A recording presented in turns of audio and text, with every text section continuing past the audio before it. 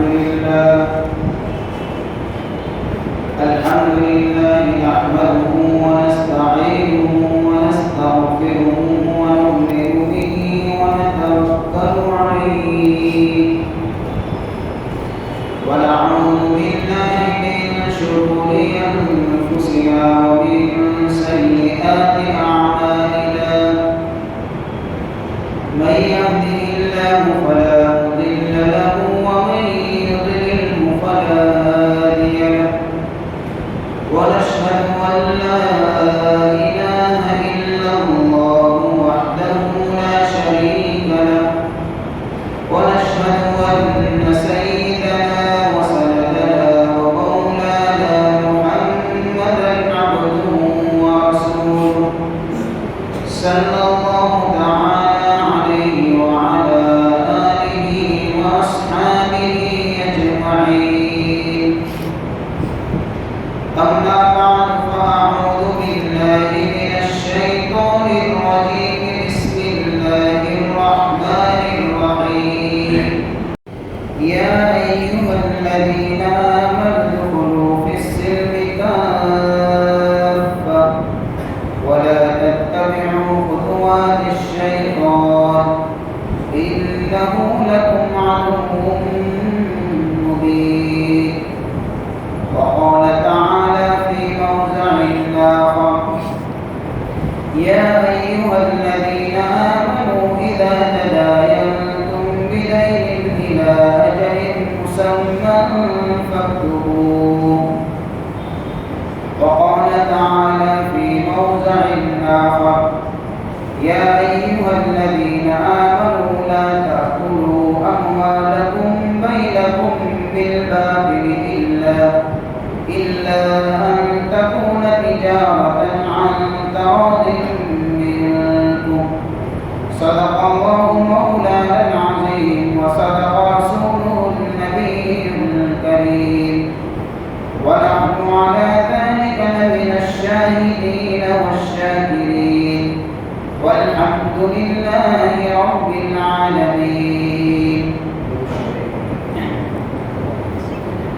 اللهم صل على سيدنا محمد النبي الأمي وعلى آله وبارك وسلم. اللهم صل على سيدنا محمد النبي الأمي وعلى آله وبارك وسلم. اللهم صل على سيدنا محمد النبي وعلى آله وبارك وسلم.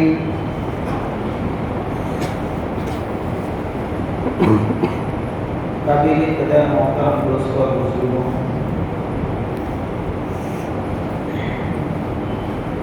میں نے آپ حضرات کے سامنے قرآن پاک کے اندر سے 3 جگہ سے آیتیں پڑھی ہے. اس میں سے ایک آیت کا خلاصہ یہ ہے کہ ایمان والوں اسلام کے اندر پورے کے پورے آ جاؤ، شیطان کی پیروی نہ کرو، وہ تمہارا پورا دشمن ہے. دوسری جگہ کی جو آیت پڑھی سورۃ البقرہ کی، یہ مکمل آیت نہیں ہے، یہ سورۃ البقرہ کی آیت نمبر 281 ہے، جو سب سے زیادہ لمبی آیت ہے. پورے قرآن کے اندر سب سے بڑی آیت یہی.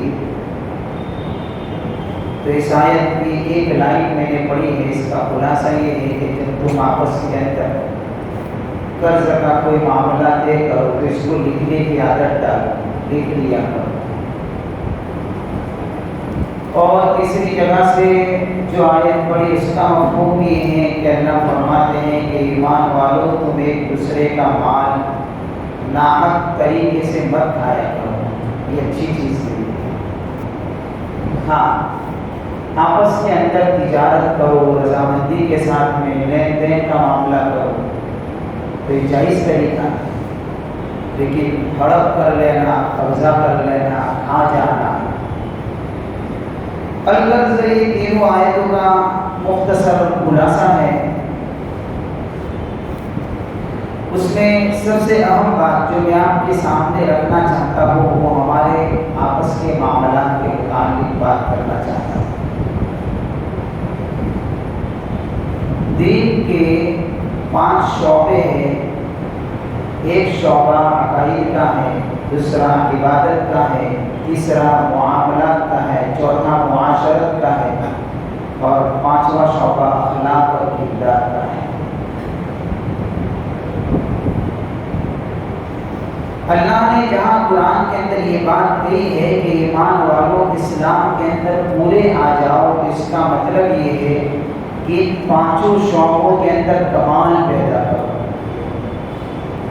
عقائد بھی صحیح ہونی چاہیے، مضبوط ہونی چاہیے، عبادت بھی بہترین ہونی چاہیے، اچھی ہونی چاہیے، اللہ کی رضا کے لیے ہونی چاہیے، تقوی سے بھرپور ہونی چاہیے، معاملات کا معاملہ ہے تو پھر اس کے اندر بھی صفائی ہونی چاہیے، گڑبڑیاں نظر نہ آئے، اور معاشرت رہن سہن کے مسائل ہے اس کے اندر بھی اسی طریقے سے رہنے سہنے کے ڈھنگ ہمارے پاس ہونے چاہیے جو اسلامی اصولوں کے مطابق ہو، اور اخلاق اعلیٰ اور کردار اعلیٰ پیمانے پر ہونے چاہیے۔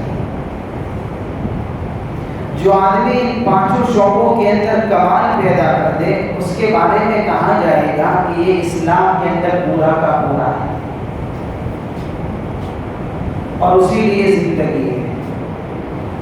اب ایک آدمی عقیدے میں تو مضبوط ہے، عبادت میں بہترین ہے، معاشرت رہن سہن کا انداز بھی اچھا ہے، اخلاق بھی بڑے اعلیٰ ہے، لیکن معاملات گڑبڑی والے ہیں تو اسلام کے اندر پورے کے پورے ابھی نہیں ہیں، ابھی مکمل طور پر اسلام کے اندر نہیں آئے۔ یہ سب سے زیادہ حساس موضوع ہے معاملہ اور بہت اہم مسئلہ ہے۔ آج اسی معاملات کے متعلق ہی سب سے زیادہ کمزوریاں لوگوں کے اندر پائی جاتی ہیں، دیکھنے کو ملا کرتی ہیں۔ معاملات اتنے گڑبڑ والے بن چکے کہ اس کا اندازہ لگانا ہو تو دیکھیں اسی معاملات کی گڑبڑی کی وجہ سے عدالتوں کے اندر مقدمات کے ڈھیر لگے پڑے ہیں۔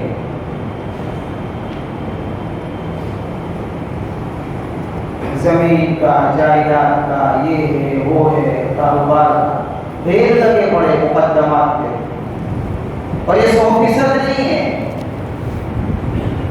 100% نہیں ہے۔ ہاں، بہت سارے لوگ تو عدالتوں میں جاتے ہی نہیں ہے، اس لیے کہ وہ کم سے کم اتنا تو سمجھتے ہیں کہ اگر جائیں گے تو پیسہ ضائع ہو جائے گا، تو وہ دوسرا راستہ اپناتے ہیں، معاملہ صاف بھی نہیں کرتے اور عدالت کا دھکا نہیں کھاتے، تو کیا کرتے ہیں اسی گڑبڑی والے معاملات کو لے کر چلا کرتے ہیں، دشمنیوں کے ساتھ میں جیا کرتے ہیں۔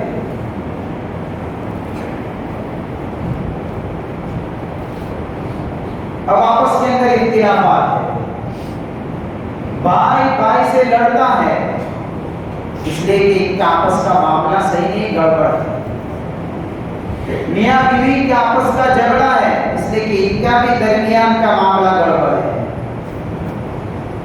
2 شریک پارٹنر ہیں یا 2 سے زیادہ پارٹنر ہیں کاروبار کے، وہ بھی آپس میں لڑتے ہیں، کیوں کہ معاملہ گڑبڑ ہے، کچھ نہ کچھ ضرور اس کے اندر کمی ہوتا ہی ہو رہے، معاملہ صاف نہیں ہے، ورنہ اختلاف بھی ہو سکتا ہے۔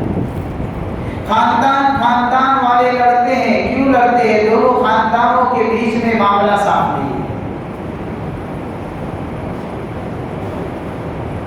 جہاں دیکھیں گے وہاں لڑائیاں، جھگڑے، فتنے، فساد نظر آئیں گے۔ اس کی بنیادی وجہ یہ ہے کہ ہر شعبے کے اندر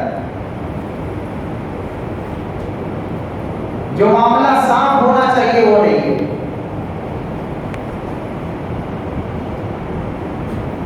اس لیے لوگ آپس کے اندر لڑتے ہیں، عدالتوں کے دھکے کھاتے، جو دھکے نہیں کھاتے وہ دشمنیوں میں جیا کرتے، اور نسل در نسل لڑتے ہی رہتے ہیں۔ یہ سلسلہ چلتا رہتا ہے۔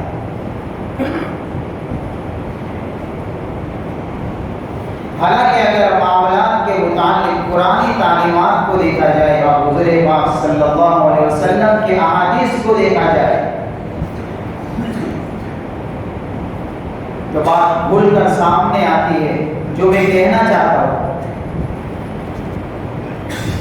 اور سوچ سمجھ کر میں کہہ رہا ہوں، جو بات کھل کر سامنے آتی ہے، جس کا معاملہ صحیح ہے وہی دیندار ہے. اگر معاملہ گڑبڑ ہے، پہلے سب کا پابند کیا، تہجد کا پابند ہے، علماء نے اس کو بے دین کہا ہے.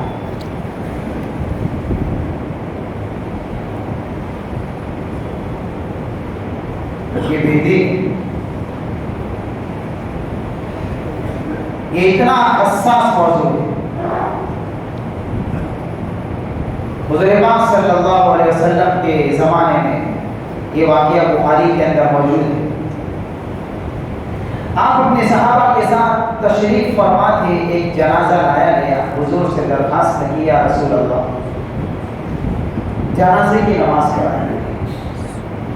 آپ علیہ الصلوۃ والسلام نے فرمایا کہ کوئی قرض ہے اس کے اوپر یا نہیں؟ قرض نہیں. کوئی مال چھوڑا ہے کہ مال نہیں چھوڑا ہے؟ ٹھیک. حضور نے جنازہ کی نماز پڑھا. پھر دوسرا جنازہ لایا گیا. حضور سے درخواست کی گئی کہ یا رسول اللہ صلی اللہ علیہ وسلم جنازہ پڑھا دیجیے. تو آپ علیہ الصلوۃ والسلام نے پوچھا قرض ہے اس کے اوپر کیا ہے؟ یہ کچھ مال چھوڑا ہے کیا؟ 3 دینار چھوڑے. کہ ٹھیک بات، قرضہ پورا کر دیا، جنازہ کی نماز پڑھا دی. پھر تیسرا جنازہ لایا گیا. حضور سے پھر وہی درخواست کی گئی کہ یا رسول اللہ صلی اللہ علیہ وسلم نماز جنازہ پڑھائیے. آپ علیہ الصلوۃ والسلام نے فرمایا قرض ہے کہ ہاں ہے. مال چھوڑا ہے کہ مال بھی نہیں چھوڑا؟ اللہ کے نبی نے فرمایا اس کا معاملہ صاف نہیں، تم خود پڑھو لو جنازے کی نماز، میں نہیں پڑھا.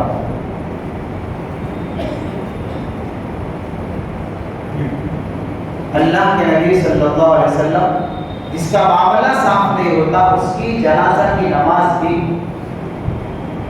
نہیں پڑھا.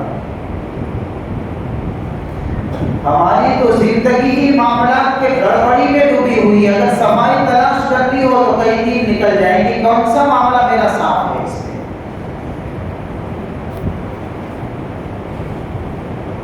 اور یا حضور کا یہ عمل ہے.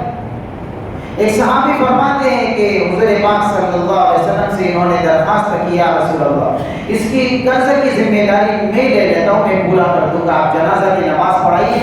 آپ علیہ الصلوۃ والسلام نے پھر کہا کہ ٹھیک بات ہے، آپ قرض پورا کر دو، میں جنازہ کی نماز پڑھا.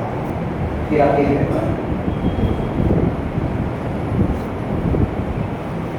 کئی واقعات ملیں گے، آپ کا عمل بھی ملے گا اس کے اوپر کہ حضور کے ذاتی اعتبار سے کہ اگر جب معاملات کی بات آتی تھی آپ انتہائی صاف شفاف، ظاہر سی بات ہے حضور سے زیادہ صاف شفاف اور ہو سکتا ہے.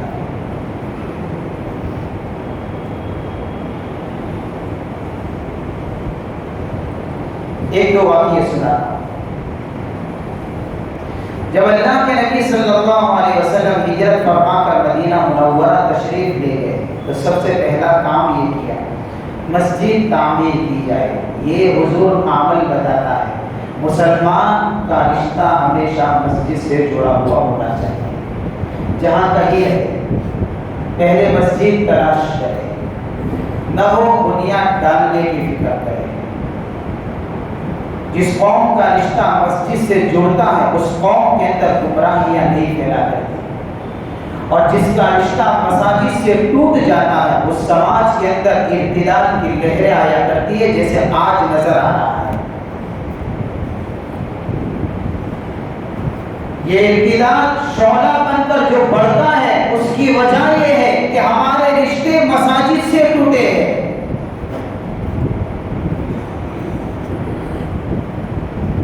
یہ ہدایت کے سرچشمے ہیں یہ جگہیں.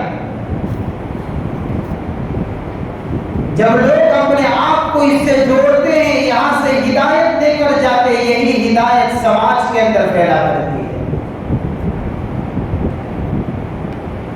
یا اللہ کی رحمتیں برسا کرتی ہے، سب سے بہترین جگہ ہے۔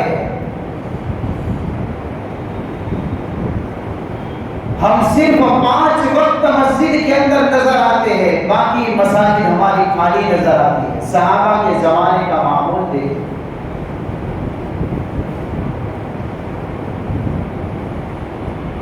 ہر کام مساجد سے ہوا کرتا ہے، جنگ کی مہم میں ساری مسجد سے ہوا کرتی ہے، فقراء کی مدد مساجد سے ہوا کرتی تھی، قیدیوں کو پکڑ کر لایا جاتا تھا، مسجد میں لایا جاتا تھا، لوگوں کے درمیان میں انصاف کے فیصلے مسجدوں میں ہوا کرتے تھے، ہر چیز مسجد میں ہوتی تھی۔ اس لیے لوگوں کے دل مسجد سے جڑے ہوتے تھے۔ کوئی پوچھتا تھا کسی کے متعلق فلاں صحابی کہاں ہے کہ مسجد میں کب آئیں گے؟ کیا وہ تو بتانے کب آئیں گے، گئے ہیں ملاقات کرنی ہے وہی جا کر کے۔ یہ رشتہ، ہم اگر مسجد میں آئے اور گھر پر کوئی پوچھے کہ کہاں گئے حاجی صاحب کے مسجد میں کہ کب آئیں گے، 5 منٹ میں، ابھی آ جائیں گے۔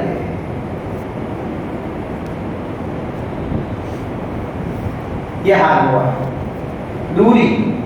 خیر میں تو اس پر بات نہیں کرنا چاہتا، ورنہ یہ لمبا ٹاپک ہے کہ مسجدوں سے کیا ملا کرتا ہے،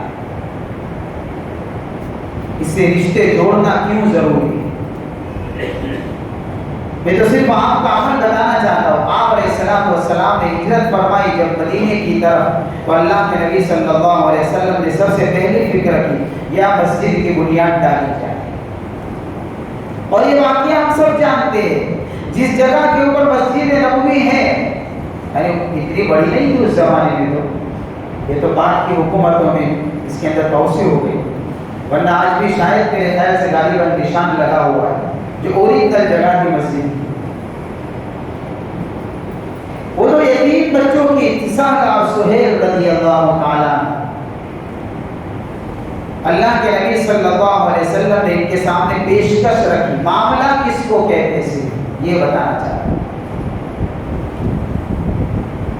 کیا آپ دونوں تیار ہیں اپنی جگہ بیچنے کے لیے مسجد بنانی ہے؟ بڑے خوش قسمت ہے یہ دونوں یتیم بچے اور یہ دونوں صحابی کہ رہتی دنیا تک کے لیے اللہ ان کے نامہ اعمال کے اندر اس جگہ کا اجر پہنچاتا رہے گا۔ بڑے خوش قسمت ہے۔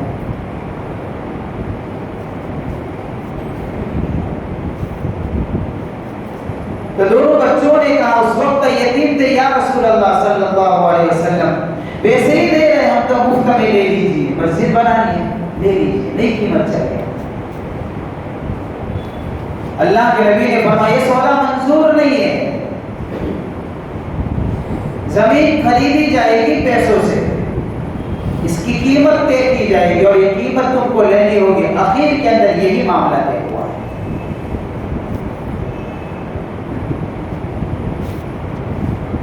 یہ معاملے کی صفائی ہے، ہر چیز کو صاف طریقے سے واضح کر کے درمیان کے اندر طے کرنا،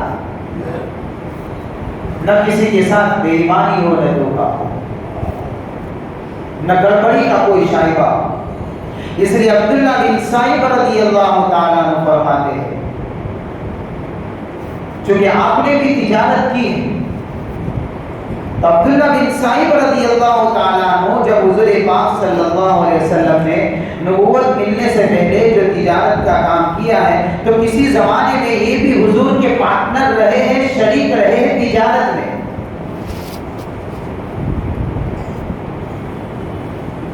تو اسلام قبول کرنے کے بعد وہ فرماتے ہیں آپ ہمارے تجارت کے بہترین پارٹنر ہیں، بہت اچھے شریک تھے۔ بھئی کیوں؟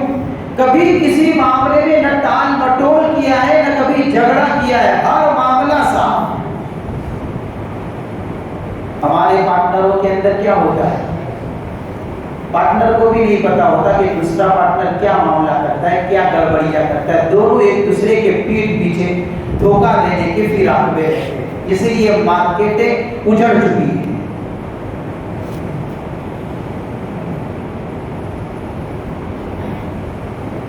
کاروبار ساتھ میں چل رہا ہے لیکن دونوں ایک دوسرے کے ساتھ میں بے ایمانی کر رہے، کوئی بھی گواہی نہیں دیتا، یہ ایماندار ہے، کوئی بھی نہیں دے رہا ہے۔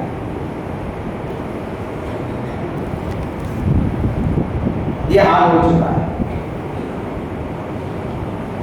انتہائی گڑبڑ ہے ہمارے معاملات کا مسئلہ، انتہائی گڑبڑ ہے۔ حضرت عمر رضی اللہ تعالیٰ عنہ کے زمانے کے اندر ایک مقدمہ آیا، عمر رضی اللہ تعالیٰ عنہ کی عدالت میں ضرورت پڑی گواہ پیش کرو۔ مقدمے والے سے کہا گیا بھائی گواہ یہاں ہے، گواہ لے کر آیا۔ جب وہ گواہ حضرت عمر رضی اللہ تعالیٰ عنہ کی عدالت میں آیا تو اس گواہ سے حضرت عمر نے پوچھا کہ پہلے تو بتا کہ تجھے کوئی پہچانتا ہے کہ نہیں، اس کے معاملے کی گواہی بعد میں، پہلے تو بتا، تو گواہی دینے کے لیے آیا ہے، تیرے اوپر کوئی گواہی دے سکتا ہے کہ تو اچھا آدمی ہے؟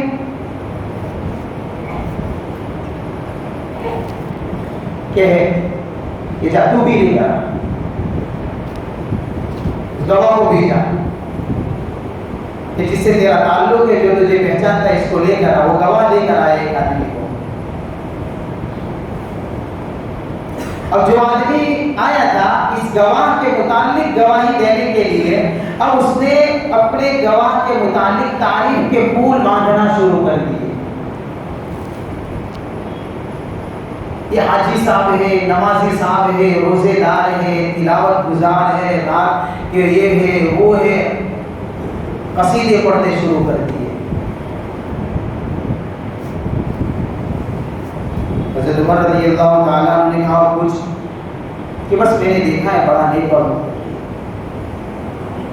آپ اس کے پڑوس میں رہتے ہیں کہ نہیں؟ پڑوس میں تو نہیں رہتا۔ اچھا تو آپ جس کی تعریف کرتے ہیں اس کے ساتھ میں سفر کیا کہ سفر بھی نہیں کیا؟ تو چلیے ٹھیک بات ہے، جس کی تعریف کرتے اس کے ساتھ میں کبھی لین دین کا مسئلہ پیش آیا ہے؟ کبھی ایسا اتفاق ہوا ہے کہ اس کی تعریف کرتے ہو تم نے کبھی لین دین کیا؟ کہ یہ بھی نہیں ہوا کہ واپس جاؤ، نہیں پہچانتے ہو تم اس کو، واپس جاؤ۔ ہاں، اس کو پہچاننا نہیں کہتے۔ اسی لیے حضرت عمر رضی اللہ تعالیٰ عنہ فرمایا کرتے لا تغرنک صلاۃ احد ولا صوم ولا صیام، تجھے کسی کی نماز دھوکے میں نہ ڈالے، تجھے کسی کا روزہ دھوکے میں نہ ڈالے۔ من شاء صلی ومن شاء صام، چاہے نمازیں پڑھو چاہے روزہ رکھو، لیکن ایک بات یاد رکھو، لا دین لمن لا امانت لہ، معاملہ اگر گڑبڑ ہے تو بے دین۔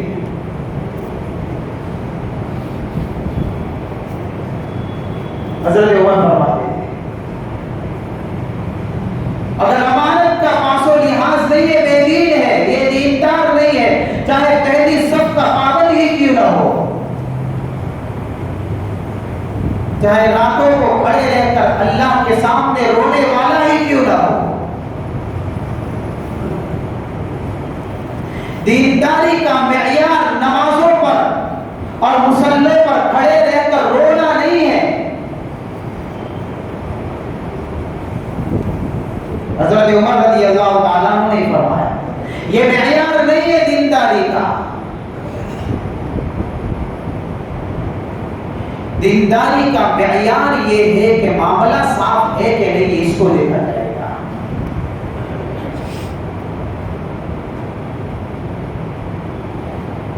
اس لیے آج ہم کو غلط فہمی ہوئی، غلط فہمی ہوئی، دھوکہ لگ گیا۔ کیا دھوکہ لگا؟ معاملات گڑبڑ چلتے ہیں تو توبہ کر دیں گے، صدقہ کر دیں گے، زکات دے دیں گے، کسی غریب کے ساتھ میں ہمدردی کر دیں گے، بیمار کا علاج کرا دیں گے۔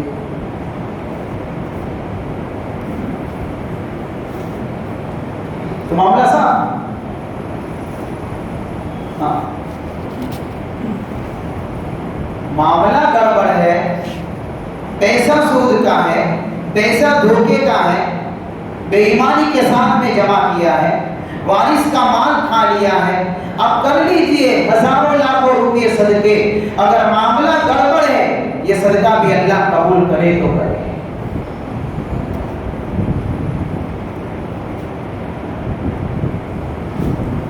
یہ اس کی مرضی ہے۔ ہاں، یہ نہیں چلا کرتا رہو کے دربار کے اندر۔ آج یہی ہوا ہے،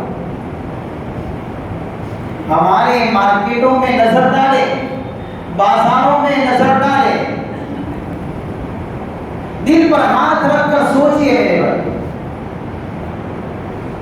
اور یہ بات پورے لگانے کی ضرورت نہیں ہے، یہ چیز ہمارے اندر ہے، ہم اچھی طریقے سے دین کا کام کرتے ہیں، عبادتوں میں مشغول ہیں، قرآن کی تلاوت کرتے ہیں، لیکن ہمارے ہی ماتحت میں رہنے والے ہمارے معاملات اتنے گڑبڑ ہیں کہ لوگ پریشان ہیں۔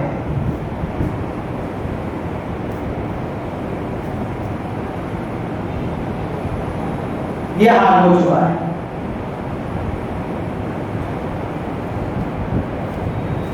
رب کے دربار میں دینداری کو وہاں سے جانچا جائے گا۔ مدارس کے اندر ایک کتاب پڑھاتے ہیں، اس کتاب کا نام ہے ہدایت، بہت اہم کتاب ہے جو علماء کرام ہیں، مدارس میں پڑھانے والے ہیں، وہ جانتے ہیں فقہ حنفی کی انتہائی معتبر کتابوں میں اس کا شمار ہوتا ہے۔ کسی بھی طالب علم کو عالم بننا ہے تو یہ کتاب پڑھنا سمجھنا ضروری ہے۔ بہت بڑی کتاب ہے، سائز بھی بڑی، پیج بھی زیادہ ہے۔ کسی نے نہ دیکھی ہو تو کبھی مدرسے میں جانے کا اتفاق ہو تو کسی طالب علم سے پوچھے وہ ہدایت نہیں کتاب کا نام ہے، دکھاؤ۔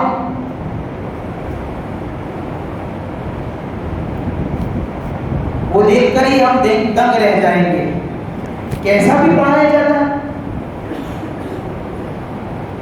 ہو سکتا ہے کسی نے دیکھی اور ہو سکتا ہے کسی نے نہ دیکھی۔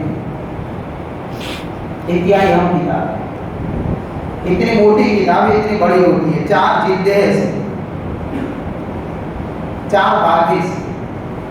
ان 4 باغ میں سے 25% نماز، روزہ، حج، زکات کو بیان کیا ہے۔ باقی 3 باغ کے اندر خرید و فروخت ہے، لین دین ہے، قرض ہے، معاملات ہے، ساری چیزوں کو بیان کیا ہے۔ 75% معاملات کے اوپر دین موقوف ہے، 25% دین عبادت پر موقوف ہے۔ 75% دین معاملات پر موقوف ہے۔ اس لیے اللہ والے فرماتے ہیں کہ بہت سارے لوگ ایسے ہیں کہ ان کے اندر دین آتا ہے اور دین کا نور آتا ہے، ایمان کا نور آتا ہے، عبادت کے راستے سے یہی نور ان کا معاملات کے راستے سے نکل جاتا ہے، پھر دن اندھیرے میں آ جاتا ہے۔ یا نماز پڑھی، اللہ کی رحمت لی، اللہ کی نظر کرم کے ہم محتاج ہوئے، ہم یہاں بیٹھے، اللہ نے کچھ نوازا، یہیں سے جب مسجد سے باہر گئے تو فوراً گراہک کو دھوکہ دیا، جو لے کر آئے تو وہ سارا کا سارا ضائع کر دیا۔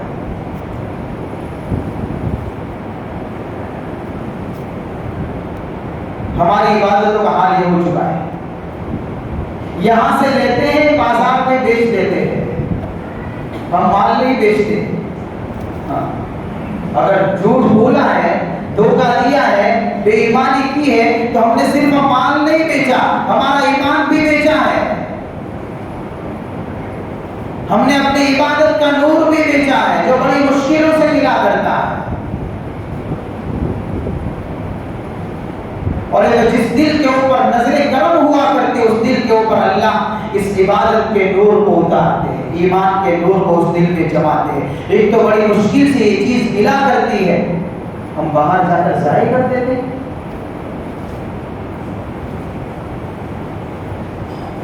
100% 100% کہہ رہا ہوں،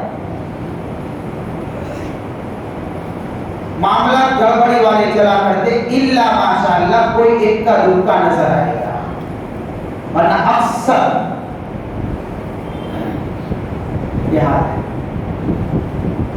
اس لیے اللہ کے نبی صلی اللہ علیہ وسلم نے فرمایا حدیث پاک کے اندر آتا ہے، غالباً ابن ماجہ کی یہ حدیث ہے، یہ بھی صحیح ستہ میں اس کا شمار ہوتا ہے، مدارس میں پڑھائی جاتی ہے کتاب، کہ جس آدمی نے کسی سے قرض لیا اور اس کا ارادہ یہ ہو کہ وہ دے گا نہیں تو کل اللہ کے دربار کے اندر چور بنا کر اس کو اٹھایا جائے گا۔ یہ چور بن کر آئے گا رب کے دربار میں، ہم نے کتنوں کے قرضے ہڑپ کر لیے۔ ایک تو دنیا چور کہے، ویسے بھی ذلت والا معاملہ ہے، کوئی چور کہہ دے اور اس میں بھی پھر کوئی دیندار ہو اس کو چور کہے تو یہ تو بڑا عجیب مسئلہ ہو جائے گا۔ یہ نمازی آدمی کو چور کہتا ہے، حاجی صاحب کو چور کہتا ہے،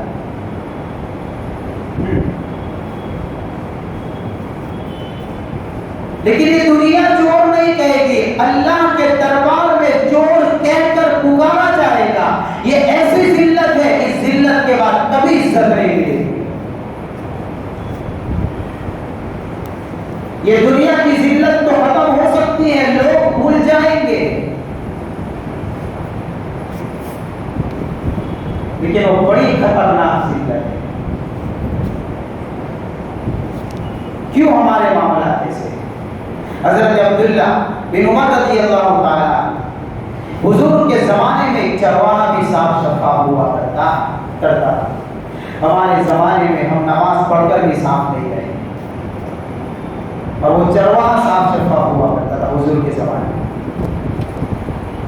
حضرت عمر رضی اللہ تعالیٰ اپنے چند ساتھیوں کے ساتھ، عبداللہ بن عمر رضی اللہ تعالیٰ چند ساتھیوں کے ساتھ کہیں جا رہے تھے، راستے میں ایک جگہ کے اوپر روکے، پڑاؤ ڈالا، ایک چرواہے کو دیکھا بکریاں چرا رہا تھا۔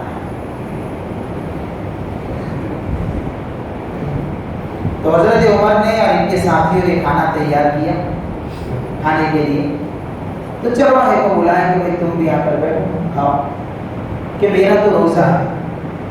ایسی سخت دھوپ کے اندر کہ ہاں روزہ ہے۔ حضرت عبداللہ بن عمر رضی اللہ تعالیٰ عنہ نے سوچا کہ اس کے ایمان کا تقوی کا امتحان لے لے۔ دیکھیے امتحان کہاں سے ہو رہا ہے؟ روزہ ہے، امتحان نہیں ہوا، ابھی باقی ہے امتحان، اس کے ایمان کا تقوی کا امتحان لے لے۔ تو حضرت عبداللہ بن عمر رضی اللہ تعالیٰ عنہ نے چرواہے سے کہا کہ بھئی ایک بکری بیچو گی؟ پیسے دے دیتے قیمت، اور چونکہ تمہارا روزہ بھی ہے تو گوشت بھی دیں گے، تو شام کو افطار بھی کر لینا اس سے، اور قیمت بھی دے لو ہم سے۔ تو چرواہے نے کہا کہ حضرت بات تو ٹھیک ہے، لیکن بکریوں کا مالک میں نہیں، میں بکریوں کا مالک نہیں، میں بیچ نہیں سکتا۔ کہ بڑی آسان بات ہے، ایک کام کرنا، قیمت آپ لے لیجیے، بکری ہم کو دے دیجیے، مالک پوچھے تو کہہ دینا کہ بھیڑیے نے کھا لیا۔ ہاں جیسے حضرت یوسف علیہ السلام کے بھائیوں نے کہا تھا کہ وہ یوسف کہاں گئے، کہ بھیڑیے نے کھا لیا۔ تم بھی ایسی کہانی بنا دینا۔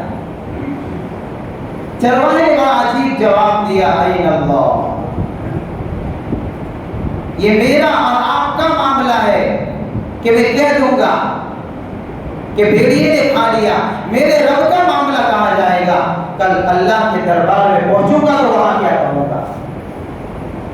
امتحان معاملات کے اوپر تقوی کا اور ایمان کو جانچا ہے، عبادت پر نہیں جانچا۔ یوں نہیں پوچھا کب سے روزے رکھتے ہو، یوں نہیں پوچھا شدت کی گرمی میں روزانہ روزے رکھتے ہو، یہ نہیں پوچھا، بلکہ یہی سوال کیا معاملہ کیسا ہے۔ حضرت عبداللہ بن عمر رضی اللہ تعالیٰ عنہ فرماتے ہیں کہ جب وہ اپنے قافلے کے ساتھ میں مدینہ منورہ لوٹے، اس چرواہے کی تحقیق کی، اس کو بلایا، اس کے مالک سے بکریوں کو بھی خریدا اور اس چرواہے کو بھی بلایا اور چرواہے سے کہا کہ تو نے اپنی زبان سے ایک جملہ ایسا کہا ہے کہ جا تو بھی آزاد ہے، یہ بکریاں میں تجھے ہدیے میں دیتا ہوں۔ تو نے عبداللہ بن عمر کے دل کے اوپر ایک نام نقش کر دیا ہے کہ اللہ کا معاملہ کہا جائے۔ یہ سبق سکھایا ہے تمہیں عبداللہ بن عمر۔ کبھی تو سوچا کرے میرے بھائیو، جب معاملات کے اندر گڑبڑیاں کرتے ہو اور ناپ تول کے اندر جب کمی کرتے ہو تو کبھی تو سوچا کرے کہ اللہ تو دیکھ رہا ہے، میں کس کو دھوکہ دے رہا ہوں۔ ہم تو گراہک رکھتے ہیں تنخواہوں کے اوپر، آدمی رکھتے ہیں۔ کون سا آدمی؟ ایماندار نہیں، بے ایمان آدمی رکھتے ہیں کہ جو کانٹے کی چوری کا ماہر اس کو تنخواہ زیادہ دیں گے۔ ہم بے ایمانی کے اوپر پیسے لٹاتے ہیں، ہم تو گناہ کے اوپر تنخواہیں دیا کرتے ہیں۔ یہ حال ہو چکا ہے، جو زیادہ جھوٹ بولے گا اس کو تنخواہ زیادہ ملے گی، جو اچھی طریقے سے دھوکہ دے سکتا ہے اس کو تنخواہ زیادہ ملے گی۔ اس کا ایمان تو خراب کرتے ہیں، اپنا بھی ایمان کا سودا کر رہے ہیں۔ وہ مال بیچنے گئے تھے کہ ایمان بیچنے گئے، وہ دین بیچنے گئے۔ اس لیے روایت میں آتا ایک وقت آئے گا، اللہ کے نبی نے فرمایا ایک وقت آئے گا لوگ دنیا کی دولت کے خاطر ایمان کے سودے کریں گے۔ کون سا ہے دیکھ رہے، یہ جیتی جاگتی تصویریں نظر آئے گی ہم کو۔ لوگوں کے دلوں کے اندر دنیا کی محبت ایسی رچ بس جائے گی کہ ایمان کا سودا کر دیں گے۔ انتہائی نیچے درجے کے معاملات کے اندر چلے جائیں گے۔ ہزاروں واقعہ، ایک واقعہ سنا تھا علی بن معبد رحمۃ اللہ علیہ، اس واقعے کو حضرت شیخ نے فضائل اعمال کے اندر بھی لکھا ہے، کئی مرتبہ سنا بھی ہوگا۔ وہ فرماتے ہیں کہ ایک مرتبہ میں نے ایک تحریر لکھی، کوئی خط وغیرہ کوئی مضمون لکھا ہوگا، تو پہلے زمانے میں ہماری طرح بول پہ نہیں ہوا کرتی تھی کہ لکھو رے خشک ہو جائے، لکھو رے خشک ہو جائے۔ روشنائی کچھ اس انداز کی ہوا کرتی تھی کہ تھوڑی دیر کے بعد خشک ہوتی تھی، جیسے آج بھی ایسی روشنائی والی بول پہ نہیں ملا کرتی کہ جلدی خشک نہیں ہوتی۔ تو انہوں نے تحریر لکھی، اب اس تحریر کے اوپر جو روشنائی تھی اس کو خشک کرنے کے لیے مٹی کی ضرورت پڑی۔ مٹی کہاں سے؟ تو جس مکان میں وہ رہتے تھے، علی بن معبد محدث ہے، ہاں بہت بڑے حدیث کے ماہر اور اللہ والے گزرے، کہ کوئی لوکل آدمی نہیں ہے۔ تو جس مکان میں رہتے تھے وہ مکان کرائے کا تھا۔ انہوں نے سوچا کہ مکان کرائے کا ہے، مٹی کی ضرورت ہے، دیواریں کچی ہے، اس کے اوپر سے کچھ مٹی کھرچ دیتا ہوں اور اس کاغذ کے اوپر اس خط کے اوپر ڈال دیتا ہوں، تحریر خشک ہو جائے گی۔ کھرچنے کی تیاری کر رہے تھے کہ دل میں خیال آیا کہ مکان کے مالک تو آپ تھوڑی ہیں، آپ تھوڑی مکان کے مالک جس کے اندر سے مٹی کھرچیں گے، یہ تو کرائے کا مکان ہے۔ پھر دل میں خیال آیا کہ مٹی تو معمولی سی ہوا کرتی ہے نا، اتنی مٹی خشک کرنے کے لیے کتنی ضرورت پڑے، کوئی ڈھیر تو نہیں چاہیے، وہ اتنی سی مٹی چاہیے، اتنی مٹی لے لیتا ہوں۔ تو یوں کر کے مٹی کھرچ دی، تحریر کو خشک کر دیا۔ رات کو خواب میں دیکھتے ہیں کسی آواز دینے والے نے آواز دے کر علی بن معبد محدث رحمۃ اللہ علیہ سے کہا کہ سنو علی بن معبد سنو، آج تو یہ کہہ دیا تم نے کہ معمولی سی مٹی ہے، کیا حرج ہے، کل رب کے دربار میں پتہ چلے گا اس مٹی کا حساب کتنا ہے۔ ہم نے تو کرایہ داروں کرائے کے مکانوں کے اوپر قبضے ہی کر لیے ہیں، ہم تو مالک کی جتا رہے ہیں اس کے اوپر۔ اور اگر مسجد کا معاملہ ہے تو اللہ کے واسطے علماء سے مسائل پوچھیں، اپنے عاقبت کو برباد نہ کرے. مسئلے کے روح سے غلط ہے.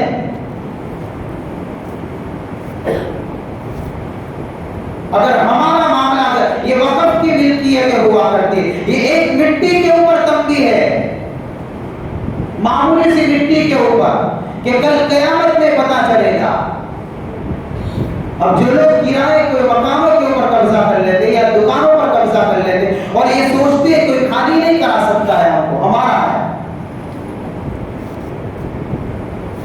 کیوں اپنی آخرت خراب کریں؟ کیوں ایسا کام بیٹھ کر شرعی معاملہ طے کریں، شریعت کے حساب سے کام کریں، اپنے دین کو برباد نہیں کرنا چاہیے. ایسے واقعات ملیں گے میرے بھائی. یہ ہمارے معاملات کی گڑبڑیاں چلتی ہیں، انتہائی گر چکے ہیں معاملہ، صاف کرنے چاہیے.